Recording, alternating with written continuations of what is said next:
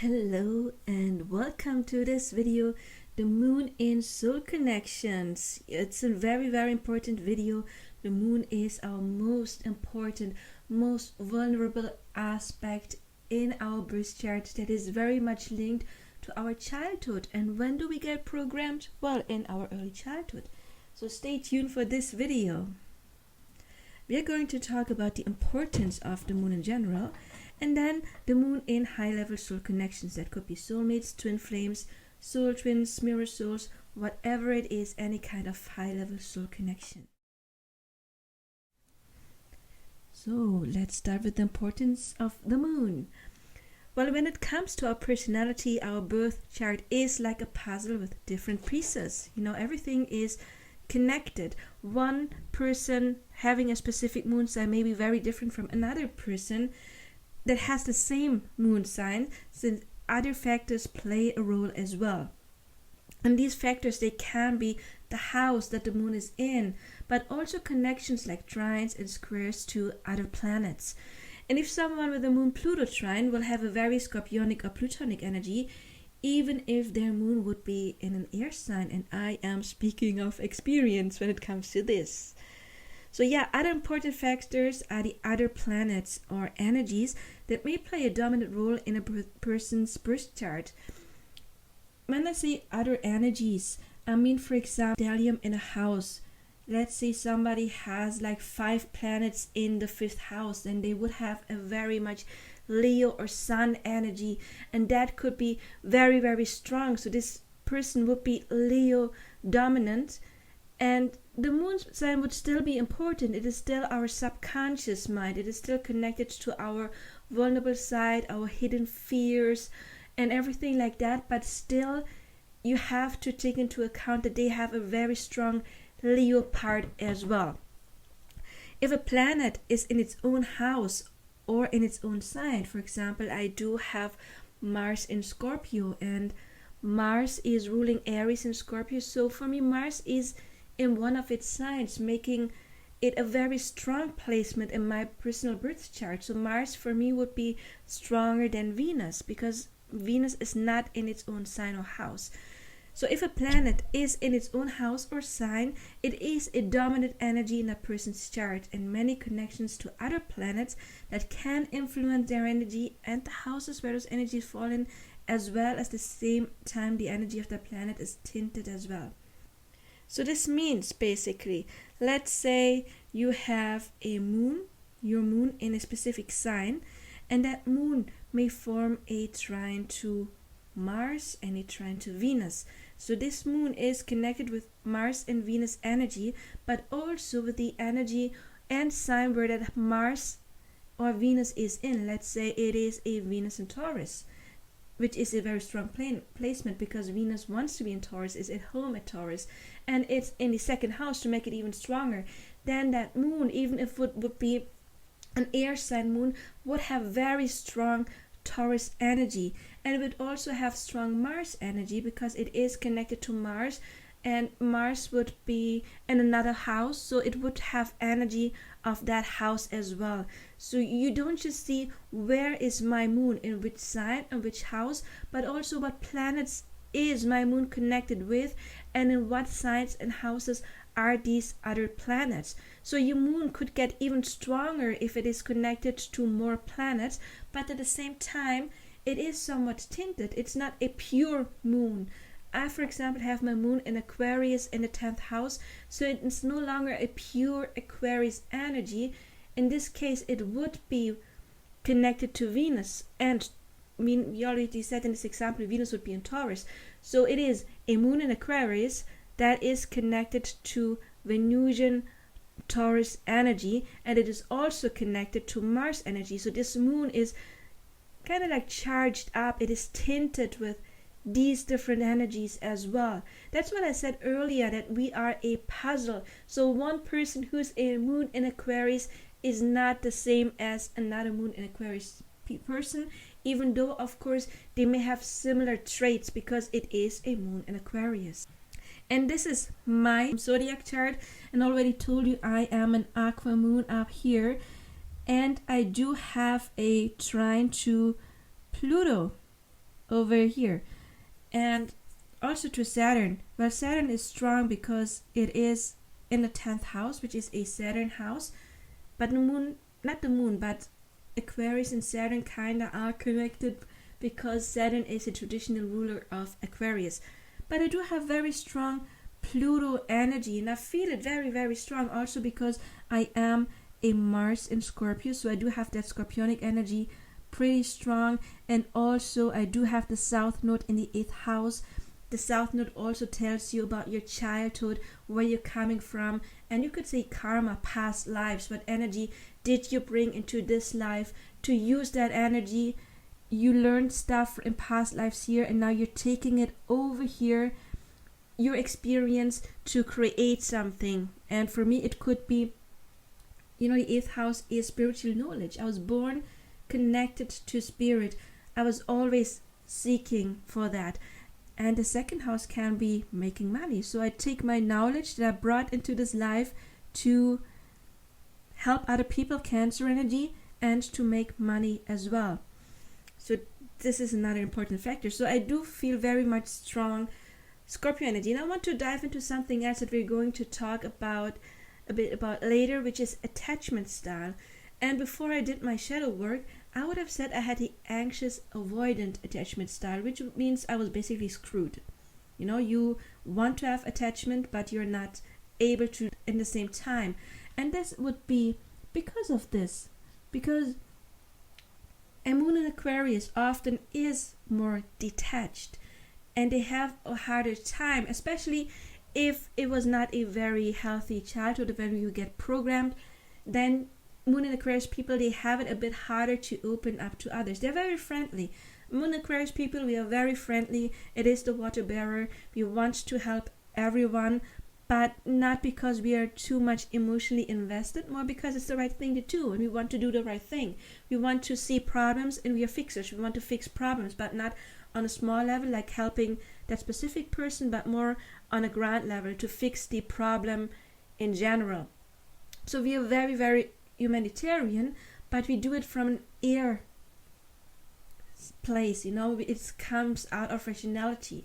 It is not like Moon in Pisces, who would give everything and could lose themselves in it. We want to do it, but we do it from a logical standpoint. So Moon in Aquarius people, we can be pretty detached. And also you see I do have the opposition with Venus, which makes it hard for me to really open up. I'm a guarded person. I do have a very limited group of people I trust, which is also because of the Scorpio energy. Scorpio energy is very fixed. And many people think, for example, a Mars in Scorpio person would be promiscuous. Could be if it would be connected, for example, to Jupiter, or in one of the Jupiter houses, which would be Pisces, or the 9th house, Sagittarius house, because Jupiter can talk about plenty or many. But usually Scorpio energy is very fixed. We are fixed on one person. We love one person. We don't love 5 people. We love one person. We want to be even intimate with that one person, not many people. Which means it is, again, we want this connection. Scorpio wants to connect. Scorpio is a water sign and wants to connect. Not like Pisces, I want to connect with everyone, or Cancer, I want to connect with my group of people. This is more like focused on few people. This is forming Pluto, a connection to my moon. And I said I used to be the anxious avoidant attachment style. Why anxious? Because Pluto, Scorpio wants to connect. We want to have the deepest possible emotions. Pluto and Scorpio energy is connected to the deepest possible emotions on a personal level. So we're craving for that. We're craving to taste the other person's soul, you could say. We want to connect. But we have difficulties connecting because avoidant attachment style. So our moon can really, really determine who are we, how do we connect to other people. And as I said, I'm going to talk a little bit more about attachment style. I do have another video about that. It's not in the astrology playlist. But this is our early childhood. The moon is connected to our mother. I'm going to talk about that as well. So you can basically check out your own moon sign and your person's moon sign, and first of all see if you are compatible, but also on what may be my issues, what is it that I need to overcome. And also, as I said earlier, it is a puzzle. It is not enough just to see, okay, moon is in Aquarius, moon is in 10th house. No, moon is opposing Venus. Moon is connected to Saturn. What is Saturn? Commitment. Wanting this serious commitment. Wanting this one person. Wanting to give all of it, but needing to overcome. It's also a placement of karma. Needing to overcome stuff in order to get that desired commitment. Fortunately, Pluto can really help, since it is the planet of transformation, and you could also say somebody with this placement always has the emotional needs to heal, to transform. And when I say I connect to Scorpio energy, I connect to the Phoenix archetype of Scorpio, but it was a lot of hard work to get there. But Saturn energy is willing to do the work in order to get there. But you see, it is a puzzle. We have all of these different connections, and the moon can very much tell you what is your attachment style, or what was your attachment style before you did the work. What did you bring down here? So nevertheless, the moon remains the most important factor in our birth chart. It is forming our personality. Some astrologers say that the moon is basically 50% of your character or of your birth chart, and I kind of agree with that, because it is so important. It is our subconscious, and our subconscious is the biggest part of us. I'm not saying that the way you love, of course that is part of your subconscious as well. Or Mars is how do I react, like immediate reactions, also connected to our subconscious mind, of course. But the moon is our deepest needs and desires. Our moon sign depends on our time of birth. When we were born, the moon was in a specific sign. So you can see I was born September 1st, 1982 at 11:15 p.m. And in that moment, the moon was in the sign of Aquarius. The moon shows our hidden emotions, our deepest feelings, and our instincts. It is strongly linked to our subconscious minds. And our subconscious mind is getting programmed during the first 7 years of our lives, when our brain is in Theta-Waves. And then these programs, they actually run for the rest of our lives unless we reprogram them. For example, in meditation. If you want to know more about this, you can check out Bruce Lipton on YouTube. He is a biologist who is talking a lot about this, how we can reprogram our mind. Also, of course, you can watch my playlists on manifesting. But at the same time, the moon is connected to our mother in astrology. Yeah, moon represents our mother, and in men, when they grow older, the wife. And it's no surprise, of course, because why we get programmed in the first years of our lives, and mom is the primary caretaker. So this is how we learn, or also how men learn what a woman looks like, and then they would attract that. Unless if there has been something toxic going on in childhood, they overcome that. But usually our mother is our primary caretaker, and the connection we have with her determines how we form connections throughout the rest of our lives, if we do not actively change the programming. So don't worry if you say, oh, my relationship to my mom was pretty bad. Welcome to the club, and it is something that can be overcome, but it does require doing work. It is hard work, but it is absolutely possible. But at the same time, the moon astrology shows what kind of connection we did have with our mother. Was it more nurturing? For example, a moon in Cancer, even though that can be nurturing to a point where it could be suffocating, but you have to check out other placements as well. Yeah, but the moon determines the sign, and maybe also the house, and other connections can, and the south nodes as well, determine what was your childhood and what kind of connection did you have to mom.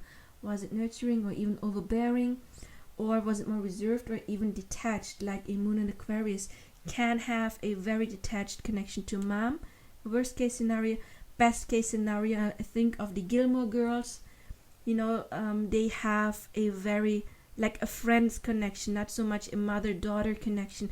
That could also be very typical for moon in Aquarius people, for example, because Aquarius also rules friendship.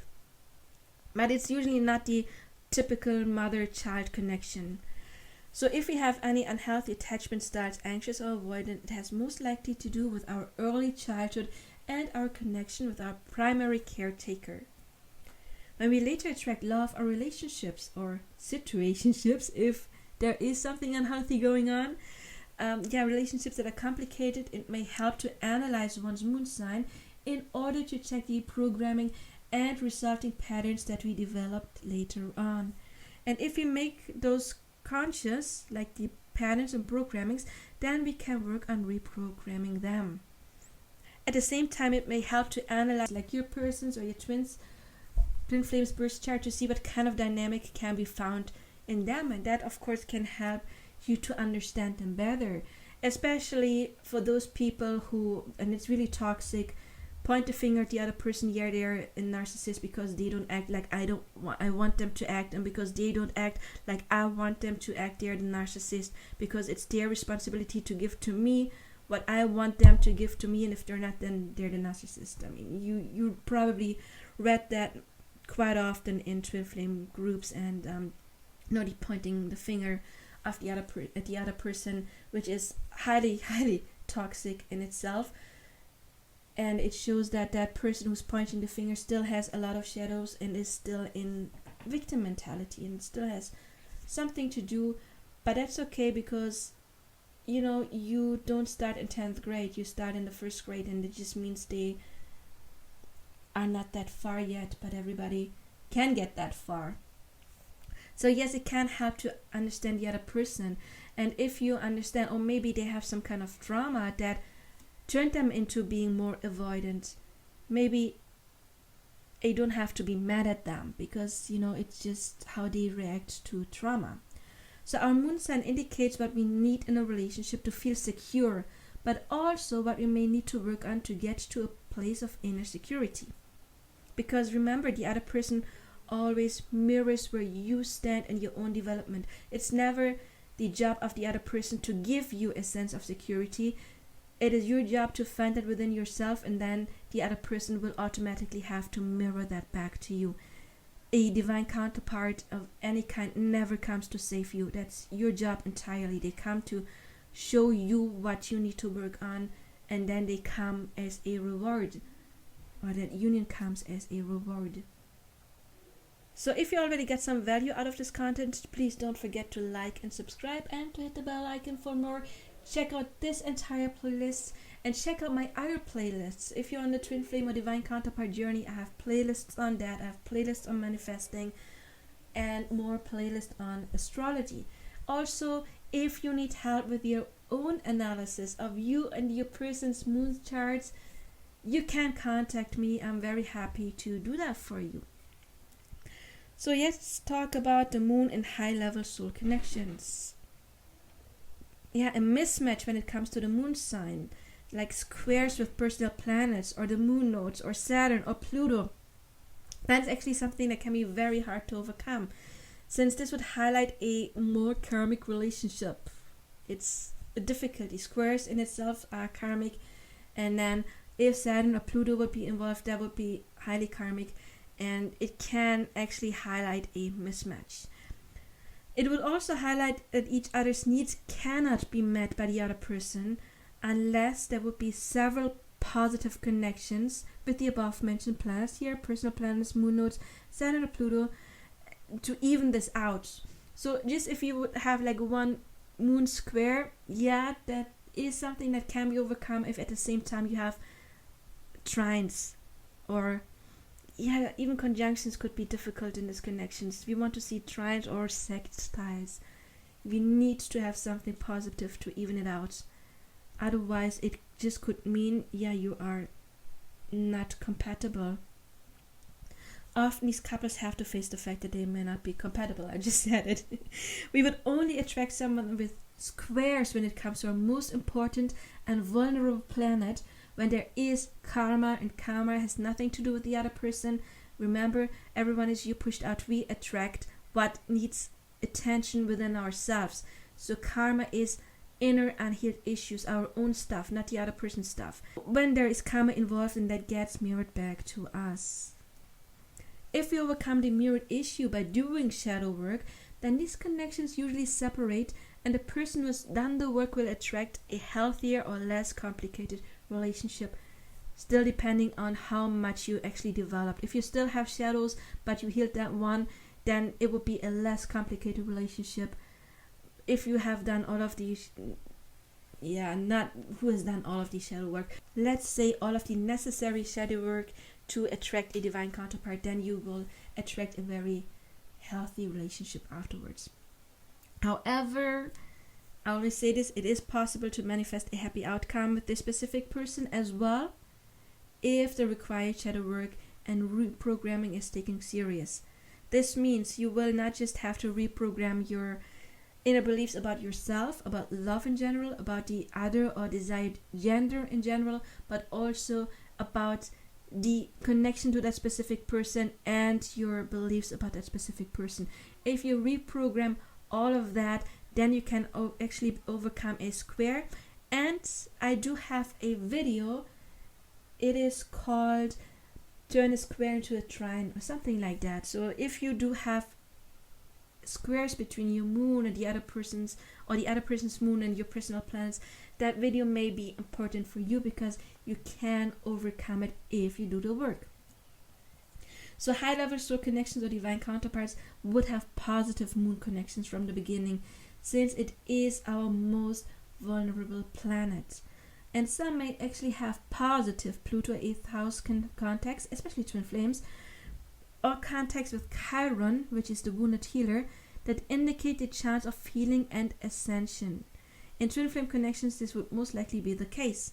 So having connections between one person's moon and the other person's Pluto or 8th house, positive connections would be, and sometimes conjunctions could be overbearing when Pluto is involved, but trines and sextiles with the other person's 8th house or Pluto, or maybe even your sun and the other person's sun and your Pluto, that could be a good thing as well, but especially the moon, because a twin flame connection would heal your deep hidden subconscious stuff, and that is the moon sign. So it is not a surprise that twin flames often have plutonic contacts, but they need to be positive.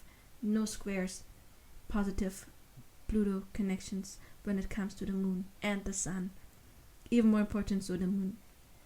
Remember, the moon represents the mother, and with that, early childhood, the time of our programming that determines what kind of connections we are going to attract throughout the rest of our lives if we don't do the work. So negative contacts and synastry with the moon would trigger old childhood wounds, and a cycle of trauma bonding or projecting, as well as an anxious person attracting an avoidant person, can easily happen here. This anxious avoidant stuff can also happen in twin flame connections, to be honest, but it is not that severe, because in a twin flame connection, if it's a true connection, you would automatically feel a pull to do the work. You feel very much guided to do the work. So if you're attracted someone and you're stuck in this cycles for many years and there's no forward movement, then it's not a twin flame connection. That would be karmic. However, even in a twin flame connection, it could take many years, but there is progress along the way. So positive Pluto or Chiron contacts, on the other hand, will help to break those cycles to overcome the childhood issues. So this may be another reason why we often attract people with similar energy. For example, an Aquarius moon sign may attract an Aquarius sun. And if you want to know more about this, please watch the video 1 of this series. And then if they share the same energy, Aquarius energy, in this example, even though it's not the same planet because we have the sun and the moon, they don't have the exact same attachment style, which may lead to stagnation. Because if an aqua moon would attract another aqua moon, and both are more like detached, that could be problematic, because then there is no, sameness. If it's not compatibility, but really sameness, often leads to stagnation, because remember, we only attract something that is on our level. We cannot attract somebody who is further or less developed than we are, even though we often perceive it. That's like the spiritual ego and the divine feminine, not the divine feminine, the distorted feminine often would have that, like, I'm so much more developed than my twin flame is, which is not possible. That's spiritual ego talking. But yes, if you would attract an Aqua moon, would attract an Aqua sun, there is understanding because it is Aquarius energy, but it is still different because it's the sun and the moon. And if we have different energies, I have it here, it will bring understanding. So instead, the same energy is portrayed through another important factor like the sun or the rising sign, which will bring understanding of the other person's energy, Aquarius in this case. At the same time, there is difference that will give space to develop, because we need some sameness or some understanding or yin yang energy, but at the same time it needs to be a bit different in order to push us forward. If it's completely the same, it is more stagnating. I'm not saying that if you have the same moon sign there is stagnation, because remember, we are a puzzle, so you have to check out other factors as well. Since our moon sign is the most vulnerable side of us that we only tend to show in close connections, it is very important that it is compatible in synastry in order to be in a healthy and growing relationship with the other person, even if there may be some issues and old shadows that need attention. So it doesn't have to be everything is perfect from day one. No, because remember, your soul wants to grow, but it cannot be, there's a difference if it's highly karmic or if there's some triggering that is actually at the same time triggering development. That is important, the triggering of development, and not triggering old wounds that keep us stuck in stagnation and old cycles. So yes, I hope you liked this video. If you did, then again, subscribe for more information on the subjects. There are more videos like this to come, and I already did more. It is part 10, I believe, of a series. And again, if you are interested in personal coaching, my contact information is below and you can reach out, and I would be happy to check out you and your person's astrology, or your astrology if you want to know more about yourself and your attachment style. Then I would look at astrology, but also we can do a coaching or combine it. And I would be interested in doing that. And I wish you all the best. I see you in another video or in a coaching now. Bye bye.